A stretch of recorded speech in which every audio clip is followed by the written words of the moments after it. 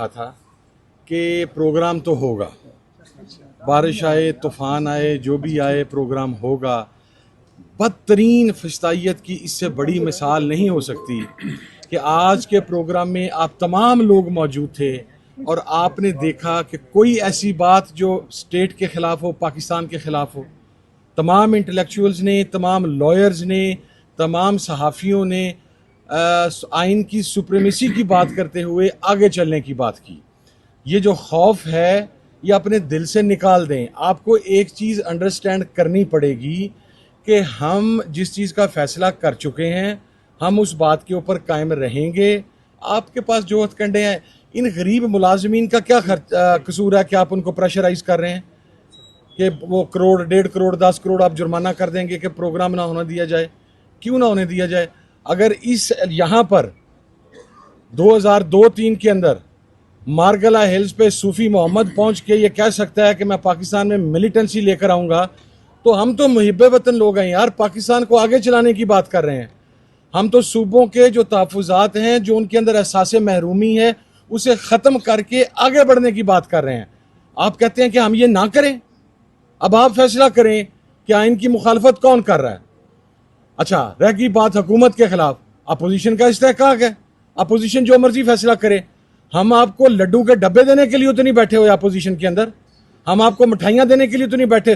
Parliament का floor आप इस्तेमाल ना करने दें, वहाँ पर आप शब खून मारें, रात के अंधेरे के अंदर पार्लियामेंट को ड्रैग करके उन पार्लियामेंटेरियंस को उठा के लेके जाएं, उसके ऊपर कमेटी बनाएं, उसकी फाइंडिंग्स ना पाने दें। स्टैंडिंग कमेटी ह्यूमन राइट्स का एजेंडा आप रिवाइज नोटिस के जरिए तब्दील कर दें। आज 10 दिन हो गए हैं, स्पीकर चैम्बर को लिखा गया है कि मेरी मीटिंग मुझे दोबारा दें। 26 के मैसेकर के हवाला से, अडाला जेल के हवाला से मुझे मेरी स्टैंडिंग कमेटी की मीटिंग नहीं करने दी जा रही। पार्लियामेंट में आप हमें ना बोलने दें, सड़कों पर आप हमें ना बोलने दें, सेमिनार्स में आप हमें ना बोलने दें, बंद कमरों में आप हमें ना बोलने दें। आप आखिर चाहते क्या हैं? आप फिर कह दें कि हम पाकिस्तान छोड़ दें या मार दें फिर आप हमें। आप किस हद तक जमहूरियत की आवाज़ को दबा सकते हैं? ये जमहूर की आवाज़ है, ये पाकिस्तान के अवाम की आवाज़ है। हम इस आवाज़ के साथ जो हमारी बसात है, हम हार्ड कोर मिलिटेंट्स नहीं हैं। अगर शायद हमने भी असला उठाया होता, अगर शायद हम भी रियासत की रेट को असला उठा के चैलेंज करते, तो फिर शायद हमारे साथ मुज़ाकरात कर लिए जाते। खुदा का वास्ता वापस हो जाएं, आगे हो जाएं। हमारा कसूर ये है कि हम कलम के ज़रिए, दानिश्वरों के ज़रिए, हम एक मुहिब्बे वतन पाकिस्तानी होते हुए हमारे घरों में लाशें हैं। क्या हमारा पाकिस्तान पर हक नहीं है? हमारे ख़ानदानों के ख़ानदान माइग्रेशन के अंदर शहीद हो गए। क्या हमसे बढ़कर को पाकिस्तानी है? आप ये कहें कि आवाज़ नहीं बुलंद हो सकती। भाईजान, आवाज़ तो बुलंद होगी, प्रोग्राम भी होगा इंशाल्लाह। आगे जो जो मुकद्दर है वो देखी डिठी जाएगी, सानों को परवाह कोई नहीं। ठीक है यार, बात होगी, और क्या रहे। 100% उसको सपोर्ट करता हूँ। आइन एक समाजी मुआहदा होता है स्टेट और अवाम के दरमियान, उसकी इंटरप्रिटेशन सुप्रीम कोर्ट करती है। हम सुप्रीम कोर्ट की बिल्डिंग में खड़े हैं, यहाँ वकील रहते हैं, वो हमारे साथ हैं। अगर तो हम इस आदमी से जितनी दफ़ा ये सूबाई वज़ीर बना है, कौमी असम्बली का मेंबर बना है, इनसे हमसे 10 दफ़ा, कम से कम 5 दफ़ा हल्फ उठाया गया है कि अगर आइन को ख़तरा हुआ हम प्रिजर्व करेंगे, प्रोटेक्ट करेंगे और उसके दिफा करेंगे। मैं इस स्टेज से, मैं कानूनी ज़बान तो नहीं समझता, सुप्रीम कोर्ट के जजेस, इस्लामाबाद हाई कोर्ट के जजेस हमारी बात सुन रहे होंगे। उनकी अदालत में हमारी अपील समझें, हमारी क्या समझे, रेफरेंस समझे कि अगर हम ये काम गलत कर रहे हैं, हमें, हमारे अपोजिशन लीडर हैं, ये हमारे एक्स वज़ीर आज़म हैं, हम ये गलत काम छोड़ देंगे। और अगर हम सही काम कर रहे हैं तो आज इस वक्त हमारा उन लोगों के ख़िलाफ़ FIR है। वो मजिस्ट्रेट जो यहाँ बैठा है, वो पुलिस का बड़ा अफसर जो यहाँ बैठा है, या जो ISI MI के बहादुर मेजर यहाँ फिर रहे हैं, ये हमारा उनके ख़िलाफ़ FIR है कि वो हमें आइन के दिफा से रोक रहे हैं। हम ये मुकद्दस जंग लड़ेंगे, डंके की चोट पे लड़ेंगे। कल हम यहाँ आएंगे, किसी ने होटल गिराना है, किसी ने किसी को पकड़ना है, हमें भगाना है। हमारी गैर आइनी गैर जमहूरी क़ुव्वतों के ख़िलाफ़ इस अलायंस ने लड़ने का ऐलान किया है। हम ये लड़ाई जमहूरी अंदाज में लड़ेंगे।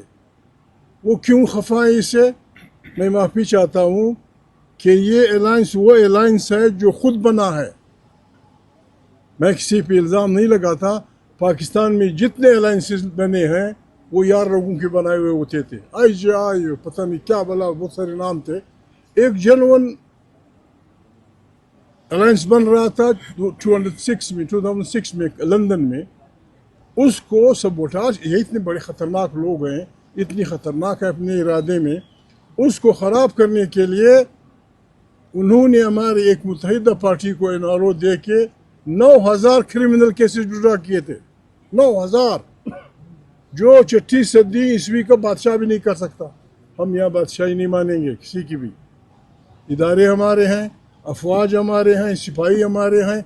मैं सिपाहियों से कहता हूँ, यहाँ के IGs वगैरह से कहता हूँ, जनरल डिगाल यूरोप का बहुत बड़ा आदमी था, फिर फ्रांस का खासकर यूरोपीय यूनियन बनाने में उसका रोल था। जनरल डिगाल के ख़िलाफ़ स्टूडेंट ने तारीख शुरू की, तारीख बढ़ी तो उसने फ्रांसीसी सिपाहियों को हुक्म दिया कि बच्चों को संभालो। उन्होंने कहा तू डिगाल होगा, बहुत बड़ा आदमी होगा, जंग अजीम में हमारा बहुत बड़ा निजात दहिंदा होगा। We are not going to kill our own children.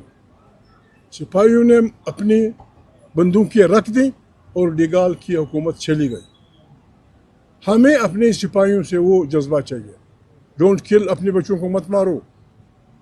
ये आपके बुजुर्ग हैं, इन पे गोलियां कैसे चलाओगे? ये शरीफ आदमी किसके गोलियां चलाओगे?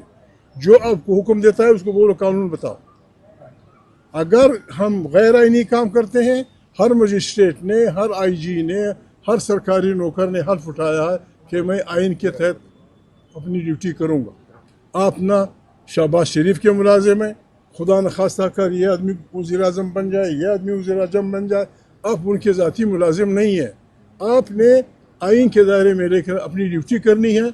अगर कोई मेजर आपसे कहता है इनकार कर दे, और अगर आप नहीं करेंगे, मैं तो यही कहूँगा, पीछे वो हमारी बड़ी पार्टी है, खाकाम वाली हमारे दोस्त है।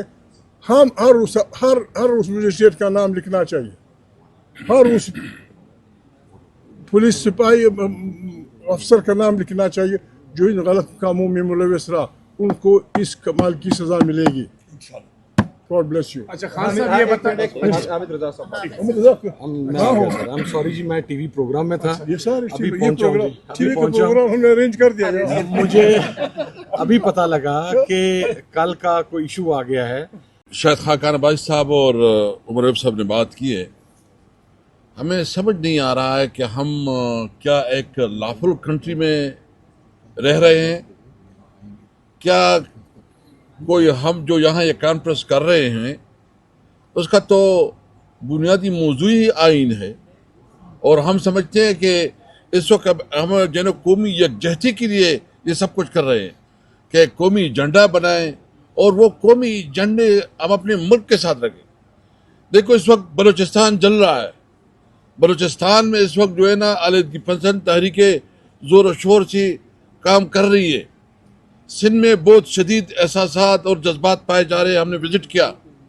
हमारे जो फाटा, जो खैबर पख्तूनख्वा के जो मर्ज एरिया है, वहाँ भी शदीद जो है ना अमन अमान की सूरत हाल का सामना है। पूरे मुल्क में, इवन पंजाब में कच्चे के डाकू ने जो है आवाम का जीना हराम कर दिया है। ये जिम्मेदारी है हमारी एक शहरी की हैसियत से कि हम अपने मुल्क के हालात पे तबसरे करें। ये हमारी जिम्मेदारी है कि हम जो हमारे साथ जुल्म हो रहा है, जिसने हमारा हक छीना है, हम उसके खिलाफ कौम को मुत्तहद करें। ये हमारी जिम्मेदारी है कि हम इस वक्त जो एक अलायदगी की एक तशवीशनाक सूरत पैदा की जा रही है, उसके खिलाफ आवाम को इकट्ठा करें। पाकिस्तान के झंडे के नीचे, आइन के नीचे हमने कौन सी ऐसी बातें की है? मैं बिल्कुल ये वाजे करना चाहता हूँ। देखिए, यही बात याद रखें ये तहरीक तो चलेगी, ये काम तो बढ़ेगा। हम न गुलाम हैं न हम जानवर हैं, हम एक इंसानी माशरे में रह रहे हैं। आईन ने जो हमें प्रोटेक्शन दिया है हम उसके मुताबिक जो है ना प्रोटेक्शन मानते हैं। या बताओ कि जंगल का कानून है, जिसकी लाठी उसका बेंच, तो फिर ठीक है, फिर हम देखेंगे कि हमारे अंदर इतनी ताकत है कि मुकाबला कर सकती है नहीं कर सकती। कानून को बीच से निकालो, आइन को बीच से निकालो, जंगल का कानून बनाना रिपब्लिक बनाओ, फिर हम देखेंगे कि आप कैसे कर सकते हैं। क्रिकेट का आपने बेड़ा गर्क कर दिया, मईशत का आपने बेड़ा गर्क कर दिया, अब नौमान का आपने बेड़ा गर्क कर दिया, और फिर जो कब्रों के अंदर कॉन्फ्रेंस हो रही है उसको नहीं देने जा रहे। तो हम भरपूर मुजाहिमत करेंगे। कल कॉन्फ्रेंस होगा इंशाअल्लाह ताला, और यहाँ बैठ के सर आपकी 1 मिनट में बात बिल्कुल, करूं। शुक्रिया सर। मैं माजरत चाहता हूँ। रहमान रहीम, आज एक कौमी कॉन्फ्रेंस का इनेकाद किया गया था और पिछले 1 हफ्ते से हम कोशिश कर रहे थे कि कोई ऐसी जगह मिले जहाँ पर कॉन्फ्रेंस की जाए। पहली जगह सेलेक्ट हुई, वहाँ इंतज़ामिया ने होटल को मना करा दिया। दूसरी जगह सेलेक्ट की, वहाँ पर उन्होंने कहा कि यहाँ पर क्रिकेट टीम गुजरती है तो यहाँ पे आप कॉन्फ्रेंस नहीं कर सकते। चले, हमने कहा ये बात भी दुरुस्त है, क्रिकेट के लिए पूरा मुल्क बंद करना पड़ता है और आइन की क्या हैसियत है मुल्क के अंदर। तो हमने तकरीबन 10 किलोमीटर दूर कल सुबह एक जगह सेलेक्ट की। वहाँ भी एसी साहब, मजिस्ट्रेट साहब, पुलिस और पता नहीं और कौन कौन लोग वहाँ पर आए और उनको कहा कि जनाब आपका ये मार्की सील हो जाएगी अगर आपने ये कॉन्फ्रेंस करने दी। बल्कि ये भी कहा कि 2 मार्च तक आप कोई इवेंट नहीं कर सकते। तो उन्होंने भी माजरत कर ली। बहरहाल ये लेजेंड होटल जो सुप्रीम कोर्ट से इसका ताल्लुक़ है, वकला से ताल्लुक़ है, इन्होंने इजाज़त दी। यहाँ पर हमने 2 दिन की बुकिंग कराई कि 2 दिन कॉन्फ्रेंस चलेगी। आज सुबह कॉन्फ्रेंस कुछ 1 घंटा देर से शुरू हुई और 6:30 बजे तक जारी रही। वहाँ पर मीडिया के हज़रात भी आए, वहाँ पर सिविल सोसाइटी के लोग, दानिश्वर और वकला हज़रात ने, और कुछ सियासी तकारीर भी, सियासी लीडरों ने भी तकारीर की। और वहाँ पर एक बड़ी सैर हासिल गुफ्तगू मुल्क के मामलात पर और मुल्क में आइन की बालादस्ती और कानून की हुक्मरानी पर बात हुई। कोई ऐसी बात नहीं थी जो मुल्क के किसी मामले के ख़िलाफ़ हो, कोई इश्तियाल की बात नहीं थी, सिर्फ आइन की बात थी और कानून की हुक्मरानी की बात थी। और ये मुल्क का दारुल हुकूमत है। एक हुकूमत आज वजूद में है जो आइन के नाम से घबराती है, जो एक कॉन्फ्रेंस से घबराती है। ये कॉन्फ्रेंस बंद कमरे में थी, ये कोई सड़क पर नहीं थी, यहाँ कोई लाखों हज़ारों लोगों की शिरकत नहीं थी। चंद सौ अफराद थे जो एक ऑडिटोरियम में थे, लेकिन हुकूमत ये भी बर्दाश्त ना कर सकी और कॉन्फ्रेंस बंद ख़त्म होने के बाद, पहले दिन की जो कॉन्फ्रेंस थी, उसके बाद यहाँ पर हमें होटल इंतज़ामिया ने बताया कि यहाँ पर इंटेलिजेंस के लोग थे या इंतज़ामिया के लोग थे, जो भी थे, उन्होंने आकर धमकी दी है होटल वालों को कि अगर आपने कॉन्फ्रेंस की तो आप पे करोड़ों का आप पे जुर्माना भी होगा और आपको बंद भी कर दिया जाएगा। हालांकि होटल जो है ये वकला के लिए है, ये उनको सहूलत मुहैया करता है और इसका ताल्लुक़ कुछ सुप्रीम कोर्ट के इदारे से भी है। लेकिन इसके बावजूद हमें कहा गया कि कल आप कॉन्फ्रेंस यहाँ पर नहीं कर सकते और होटल ने अपनी मजबूरी का इजहार किया है। हमने होटल से कहा कि जनाब आप ने 2 दिन की बुकिंग हमने की हुई है, एक कौमी कॉन्फ्रेंस है, कोई इश्तियाल की बात यहाँ पर नहीं है, मुल्क की बात होती है, आइन की बात होती है। तो अगर किसी ने आपको दबाव डाला है तो हमें लिख कर दे दें कि जनाब ये कॉन्फ्रेंस आप इसलिए इस वजह से नहीं कर सकते कि ये जुर्म आपने किया है।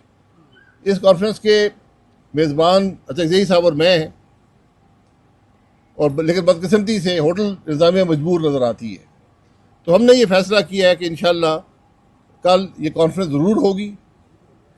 ये हमारा हक़ है, ये हमारा आइनी हक़ है और न सिर्फ आइनी हक है, मैं हम बात भी आइन की कर रहे हैं।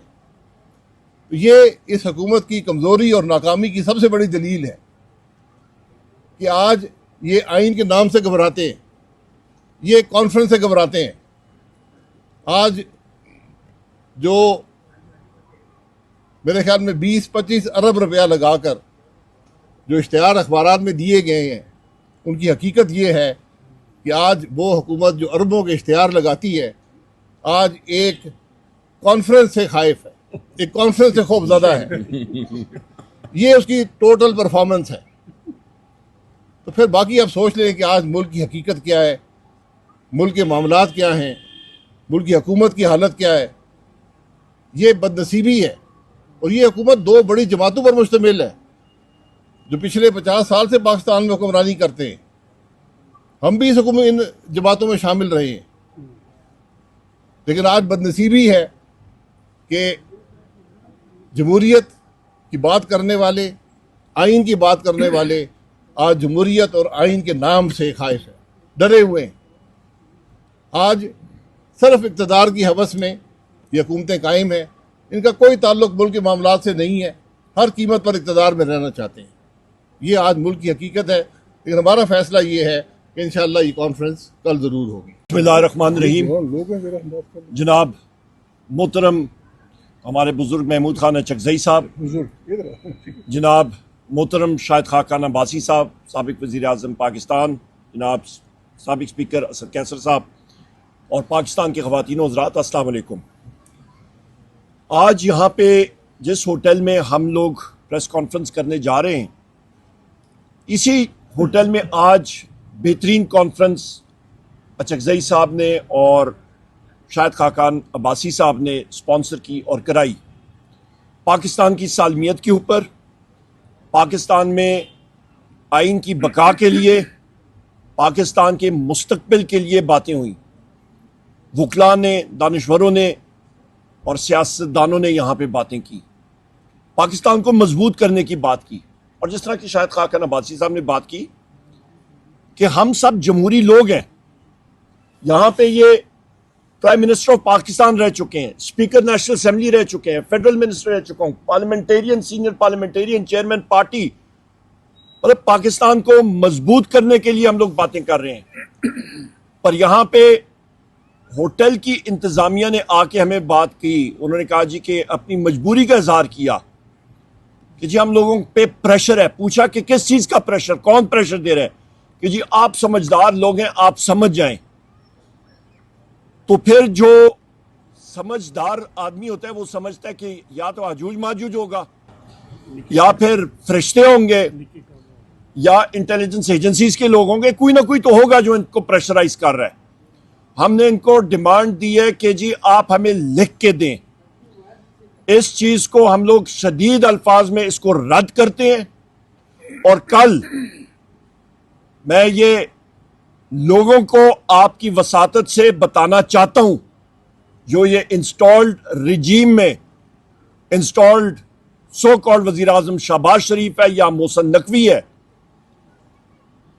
तो उनको हम लोग बताना चाहते हैं, या इंटेलिजेंस के लोग हैं, कि कल इन्होंने ये हरकत की, आएंगे तो हम लोग जरूर और बराह रास्त चीफ जस्टिस ऑफ पाकिस्तान का मैं हैसियत ऑपोजिशन लीडर दरवाजा खटखटाऊंगा, क्योंकि पिछले दिनों ही चीफ जस्टिस ऑफ पाकिस्तान की इनविटेशन पे हम लोग गए। वहां पे हमने उनको इसी चीज से बावर कराया कि पाकिस्तान में इस वक्त ना आइन है, ना कानून है, और अदलिया को बिल्कुल दीवार के साथ लगाया हुआ है। और उसकी जिंदा मिसाल ये हरकतें हैं इस इंस्टॉल्ड रिजीम की। बहुत शुक्रिया।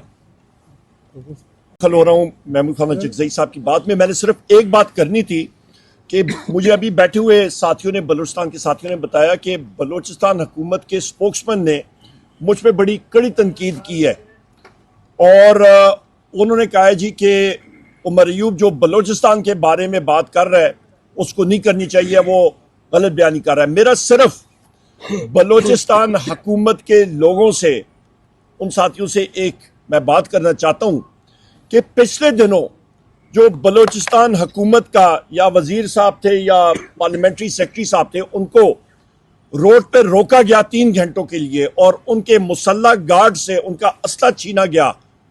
असले को छोड़ें, सबको छोड़ दें, उस असले की मैगजीन से एक गोली उनको वापस दिलवा दें, एक गोली सिर्फ वापस करके दिखा दें। एक पॉइंट। दूसरा पॉइंट, वहां पे बलूचिस्तान हुकूमत एड़ी चोटी का जोर लगाए। रोड का एक तरफ किसी भी जिले में एक तरफ बलूचिस्तान हुकूमत का जलसा होना चाहिए, रोड के दूसरी तरफ आजादाना माहौल में फ्री हैंड दें, मारंग बलोच साहिबा को जलसा करने दें। दूध का दूध, पानी का पानी हो जाएगा। बहुत शुक्रिया। अच्छा जय साहब, बिस्मिल्लाहिर्रहमानिर्रहीम।